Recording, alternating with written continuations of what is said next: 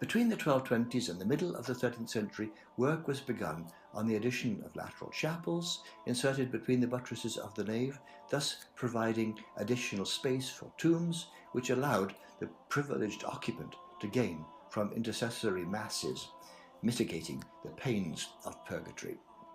Simultaneously with the work on the chapels, the western frontispiece was continued upwards into mighty square towers rising above the double aisles, dominating the Parisian urban landscape and visible far beyond. It provided a compelling prototype for many other churches throughout the Middle Ages and an icon for the very idea of Paris. New delicate linear tracery forms appear and lavish foliate decoration.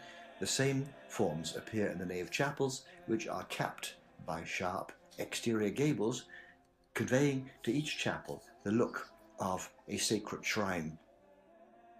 The addition of chapels served to dilate or expand the envelope of the cathedral, making it necessary to extend the transept arms with sumptuous facades to match the chapels.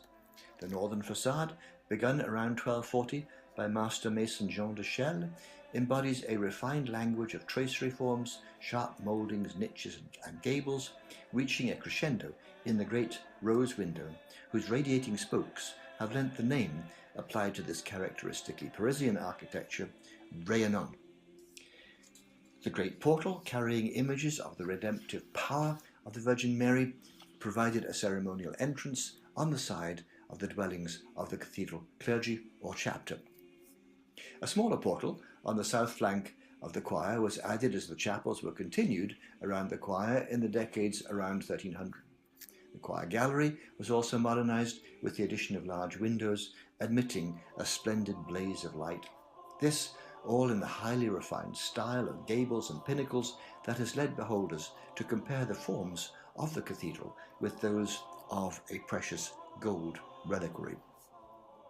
The new south transept facade, with its magnificent portal dedicated to St Stephen, faced the bishop's palace. Here we find the work of the most famous master mason of French Gothic, Pierre de Montreuil, dubbed the doctor or teacher of masons.